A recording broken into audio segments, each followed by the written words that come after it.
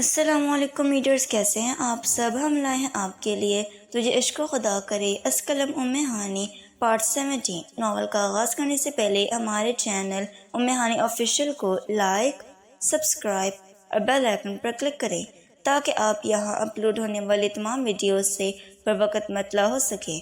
تو چلیے ناول کا آغاز کرتے ہیں۔ حمزہ اپنے اسٹور کے کیش کاؤنٹر پر بیزار سا بیٹھا تھا جب ایک کالج کی لڑکیوں کا گروپ اندر داخل ہوا۔ وہ 4 لڑکیاں تھیں، سب ہی سفید یونیفارم میں ملبوس تھیں۔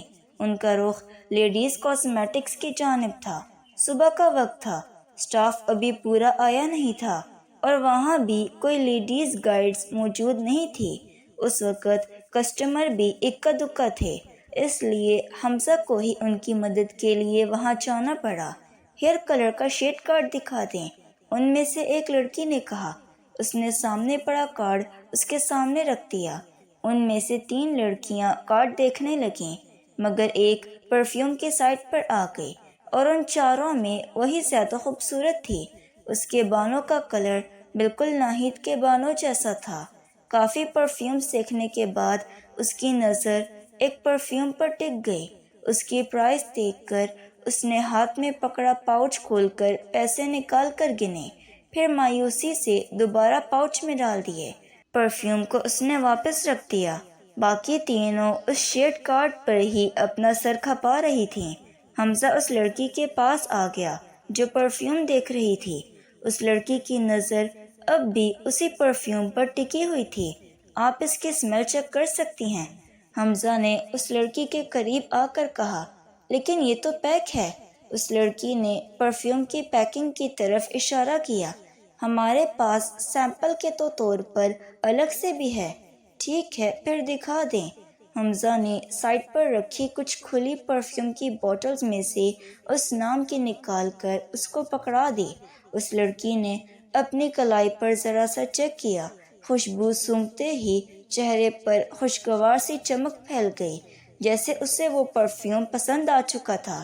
تو پھر کیا خیال ہے؟ حمزہ نے اس کے چہرے کے تاثرات دیکھ کر پوچھا۔ کوئی خیال نہیں ہے، میں تو بس یوں ہی دیکھ رہی ہوں، ٹائم پاس کے لیے، اس لڑکی نے کمال لاپرواہی سے جواب دیا۔ اب ان تینوں لڑکیوں میں سے کسی ایک نے حمزہ کو پکارا۔ وہ ان کے پاس چلا گیا۔ ان تینوں میں سے ایک لڑکی حمزہ سے پوچھنے لگی، ایکچولی ہمیں سمجھ نہیں آ رہا کہ کون سا شیڈ ہمارے فیس پر ٹھیک لگے گا، آپ تھوڑا گائیڈ کر دیں۔ دیکھیں، یہ میرا کام نہیں ہے، لیڈیز سٹاف ابھی آیا نہیں، آپ کچھ دیر بعد آ جائیے گا، وہ آپ کی ہیلپ کر دیں گی، حمزہ نے کورا جواب دیا۔ لیکن وہ لڑکیاں شاید اس سے بے تکلف ہونا چاہ رہی تھیں، مسکراتی ہوئیں باری باری اس سے سوال کر رہی تھیں۔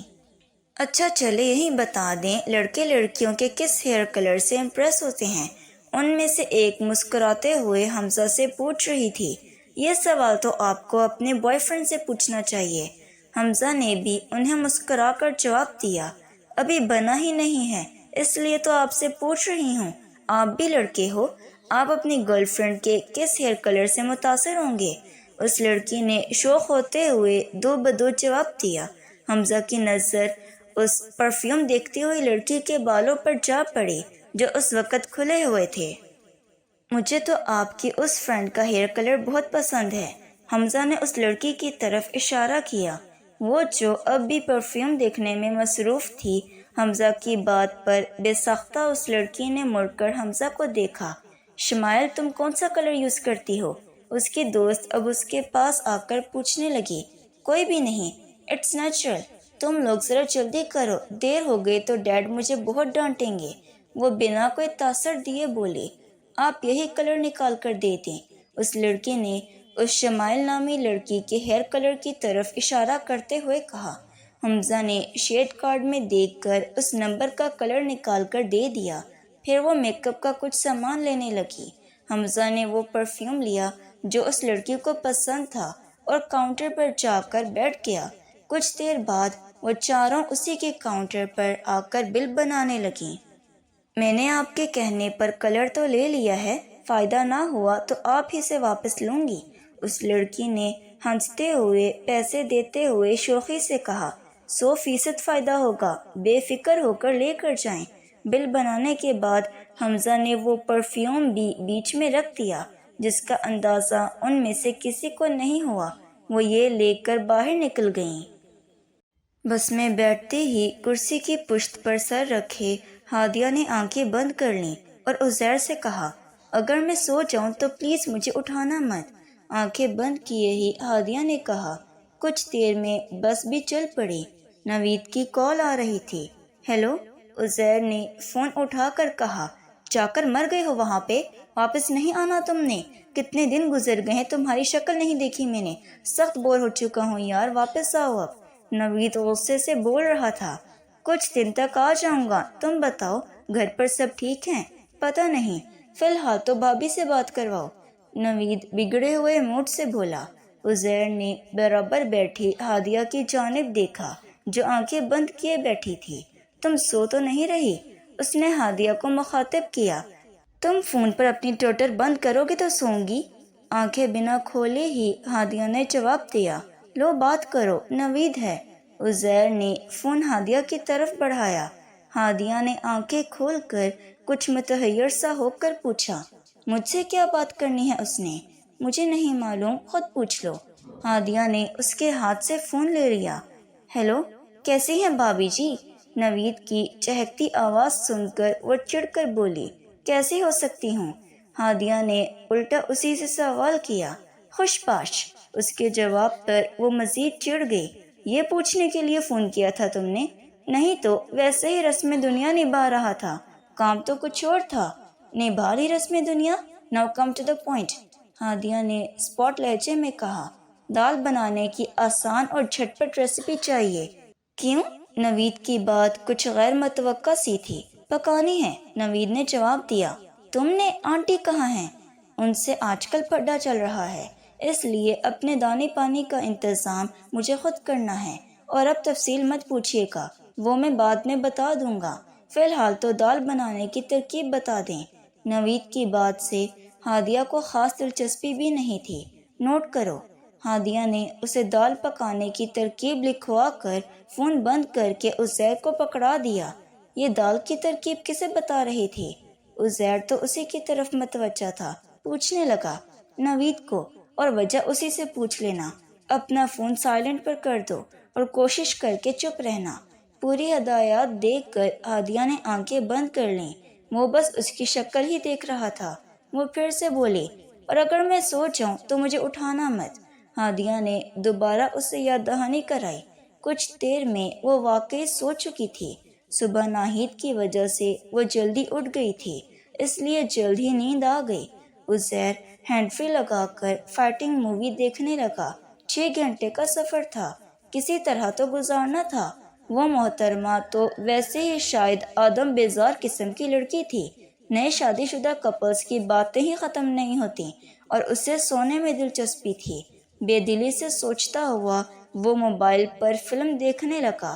آدھا گھنٹہ گزرنے کے بعد ہادیہ نے نیند میں اپنا سر اس کے کندھے پر رکھ دیا۔ عزیر نے ایک دم چونک کر دیکھا تو وہ اب بھی نیند میں ہی تھی۔ ہوش میں تو وہ کبھی ایسا کر ہی نہیں سکتی تھی۔ کچھ پل وہ اسے یوں ہی دیکھتا رہا۔ کب یہ سوچا تھا میں نے تم کبھی میرے اتنے قریب بھی آ سکتی ہو؟ زندگی تمہارے ساتھ کس قدر خوبصورت لگتی ہے مجھے، نہ جانے کب سمجھو گی تم۔ کچھ دیر اسے بے خبر سوتے ہوئے دیکھتا رہا، پھر دوبارہ اپنی فلم دیکھنے لگا۔ تقریباً 4 گھنٹے بعد ہادیہ کی آنکھ کھلی۔ کچھ دیر تو اسے اندازہ ہی نہیں ہوا کہ سوئی ہوئی کہاں ہے۔ اپنی آنکھیں کھولیں تو اپنا ہاتھ عزیر کے سینے پر دیکھ کر اپنا چہرہ اوپر کر کے دیکھا تو وہ اسی کو دیکھ رہا تھا۔ وہ کرنٹ کی مانند پیچھے ہٹی تھی، ہڑبڑا کر سیدھی ہو کر بیٹھ گئی۔ اوہو، آرام سے، انسان ہوں میں، بجلی کا کھمبا نہیں جو مجھے دیکھتے ہی تمہیں الیکٹرک شاک لگنا شروع ہو جاتے ہیں، عزیر نے اس کی بے ساختگی دیکھ کر کہا۔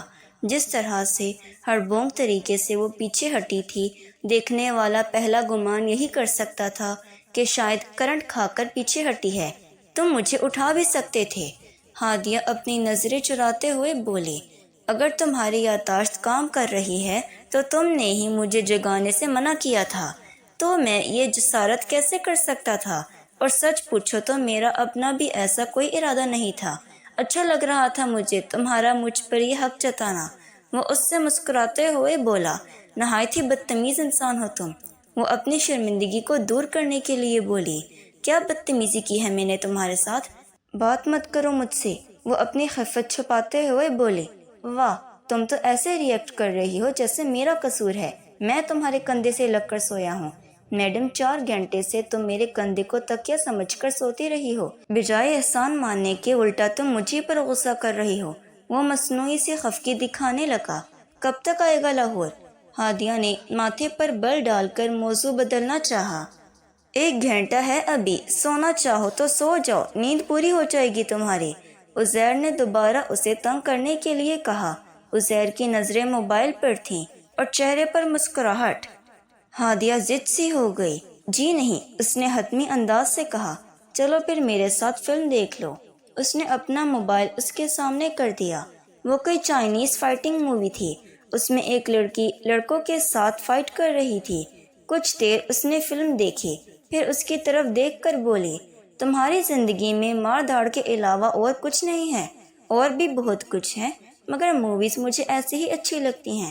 بہت سے سکلز ملتے ہیں فائٹ کرنے، خود کو سیو رکھنے کے۔ اب وہ اس سے نارمل انداز میں بات کرنے لگا، تاکہ بعد میں تم یہ سب دوسرے لوگوں پر آزما سکو، ہے نا؟ ہادیہ کے ہر انداز میں صرف طنز ہی تھا، جسے وہ بڑی سہولت سے نظر انداز کر رہا تھا۔ تم بھی دیکھا کرو، دیکھو یہ لڑکی ہو کر کیسے لڑکوں سے فائٹ کر رہی ہے۔ عزیر نے مووی دیکھتے ہوئے کہا، یہ سب صرف فلموں میں ہوتا ہے، ایسا نہیں ہے۔ چائنا میں ریئل میں لڑکیاں بھی فائٹ کرتی ہیں، بلکہ اب تو پاکستان میں بھی لڑکیاں کراٹے ماسٹر ہیں، اور اب تو لڑکیوں کا کافی رجحان اس طرف بڑھ گیا ہے۔ ہوتا ہوگا، مجھے نہیں ہے۔ اگر تم چاہو تو میں سکھا سکتا ہوں تمہیں، لڑکیوں کو خود کو سیو کرنا آنا چاہیے۔ عزیر نے بہت آسانیت سے اس سے کہا، یہ سب مجھے کیوں بتا رہے ہو سکتا ہے کبھی ضرورت پڑ جائے۔ مجھے اس میں کوئی دلچسپی نہیں ہے، لڑائی جھگڑا مار دھاڑ سے وحشت ہے مجھے، کسی کا خون بہتا دیکھ کر جان نکلنے لگتی ہے میری۔ وہ بیزاریت سے بولی، یعنی مجھے یہ سارے شوق اپنی بیٹی سے پورے کرنے پڑیں گے؟ دیکھنا، اسے سکھاؤں گا سب کچھ، fighting, karate, horse riding, race, سب میں پرفیکٹ کر دوں گا اسے۔ وہ جوش و خروش سے کہہ رہا تھا، مجھے کب چھوڑو گے تم؟ عزیر کی بات سن کر ہادیہ کو پریشانی سی ہونے لگی تھی۔ یہ کیا بے تکا سا سوال ہے؟ وہ تعجب سے بولا، مجھے چھوڑو گے جبھی تو دوسری شادی کرو گے نا، پھر ہی تمہاری بیٹی ہوگی، پھر شوق سے اپنے شوق پورے کرنا۔ ہادیہ نے بات کی وضاحت کی۔ عزیر گہری سانس لے کر رہ گیا۔ اب اگر میں کچھ کہوں گا تو تمہیں بہت برا لگے گا، عزیر نے سنجیدگی سے مگر سخت لہجے میں کہا۔ ہادیہ نے اپنا رخ موڑ لیا، کھڑکی سے باہر دیکھنے لگی، مگر وہ اسی کو دیکھ رہا تھا۔ میری نرمی اور محبت کا مطلب یہ نہیں کہ تم بالکل لحاظ بھول کر جو جی میں آئے بولتی رہو، میں صرف تمہیں وقت دے رہا ہوں، بس۔ اس سے زیادہ کی توقع مجھ سے ہر قسمت رکھنا۔ سیدھی اور صاف بات ہے مسز، میں نے تم سے شادی تمہیں چھوڑنے کے لیے کی ہی نہیں ہے، یہ بات بہت اچھی طرح سے سمجھ لو۔ عزیر کا لہجہ یکدم ہی بدل گیا تھا۔ اس نے اپنا موبائل بند کر کے جیب میں ڈال لیا اور اپنی سیٹ کی پشت پر سر رکھ کر آنکھیں بند کر گیا۔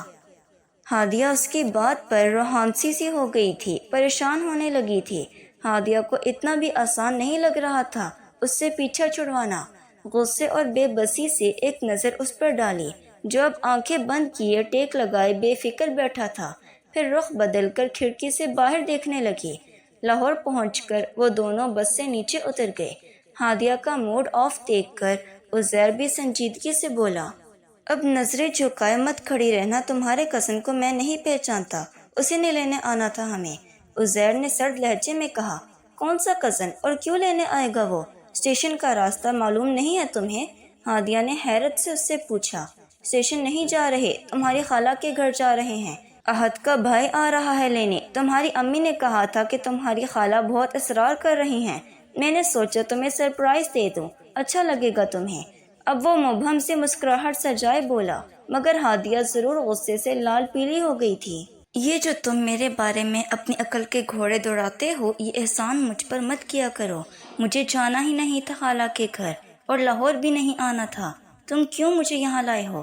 سامنے فہد کو آتا دیکھ کر وہ چپ کر گئی، ایک گھورتی نظر عزیر پر ڈال کر پھر فہد کو ہاتھ سے اشارہ کرنے لگی۔ فہد کی نظر بھی ہادیہ پر پڑی، مگر برقع نقاب میں تھی۔ فہد نے اسے پہچانا نہیں۔ وہ اپنے پیچھے دیکھنے لگا کہ شاید یہ اشارہ اس کے پیچھے والے کے لیے ہے، لیکن ہادیہ کے برابر عزیر کو دیکھ کر ان کے پاس آ گیا۔ عزیر کی تصویریں فہد نے دیکھی تھیں، اس لیے پہچان لیا۔ ان کے پاس آ کر وہ عزیر سے گلے ملا، پھر ہادیہ کو غور سے سر سے پاؤں تک دیکھنے لگا۔ میں نے تو پہچانا ہی نہیں تمہیں سماج کی دیوار، برقع نقاب اتنا چینج، وہ ہنستے ہوئے بولا۔ منہ بند رکھو اپنا اور چلو اب۔ ہادیہ کا موڈ پہلے ہی آف تھا۔ اسے معلوم تھا کہ خالہ باز آنے والوں میں سے نہیں ہیں، لگائی بجھائی کا کوئی موقع نہیں چھوڑتی۔ پتہ نہیں امی کو کیا سوچی تھی یہاں بھیجنے کی، وہ دل ہی دل میں کڑنے لگی۔ گھر پہنچ کر خالہ نے اسے اس حلیے میں دیکھا تو حیرت سے آنکھیں پھاڑے دیکھنے لگیں۔ ہائے ہادیہ، یہ کیا حلیہ بنا رکھا ہے تم نے؟ اتارو اسے، کہیں دم ہی نہ گھٹ جائے تمہارا۔ خالہ کہاں چپ رہنے والی تھی۔ خالہ کا رویہ ہادیہ کی سوچ کے عین مطابق تھا۔ خالہ نے اس کے اسکارف سے کیا ہوا نقاب فوراً سے نیچے کر دیا۔ خالہ میں بھی اتارنے ہی والی تھی۔ ہادیہ یہ کہہ کر کمرے میں چلی گئی، اپنا برقع اتار کر سائڈ پر رکھ دیا اور اپنا دوپٹہ اوڑھ کر باہر آ گئی۔ مہرون کلر کے کڑائی والے سوٹ میں دیکھ کر خالہ پھر بول پڑیں، اتنا ڈارک کلر اور اتنا بھرا ہوا جوڑا، ہو کیا گیا ہے تمہاری چوائس کو ہادیہ؟ تم تو بہت ڈیسنٹ سے کپڑے پہنتی تھی۔ خالہ منہ پہ ہاتھ رکھ کر بولی۔ امی کیا ہو گیا ہے آپ کو؟ جب سے وہ آئی ہے آپ پیچھے پڑی ہوئی ہیں اس کے۔ اتنی پیاری تو لگ رہی ہے، بلکہ ڈارک کلر تو زیادہ سوٹ کر رہا ہے اس پر۔ فہد کو اپنی امی کی اتنی دخل اندازی، وہ بھی ہادیہ کے شوہر کے سامنے، اچھی نہیں لگ رہی تھی۔ اس نے بات کو سنبھالتے ہوئے کہا کہ نہ جانے اس کا شوہر کس مزاج کا ہو، بات کو کس انداز سے لے، کیونکہ عزیر اب تک خاموشی سے یہ خالہ کی باتیں سن رہا تھا۔ آپ لوگ تھک گئے ہوں گے، نہا کر فریش ہو جائیں، کھانا بس تیار ہی ہے، فہد نے کہا اور انہیں گیسٹ روم میں لے گیا۔ جی تو ریڈرز، کیسی لگی آپ کو آج کے ایپیسوڈ؟ یہ ناول آپ کو کیسا لگ رہا ہے؟ اپنی رائے ضرور دیا کریں۔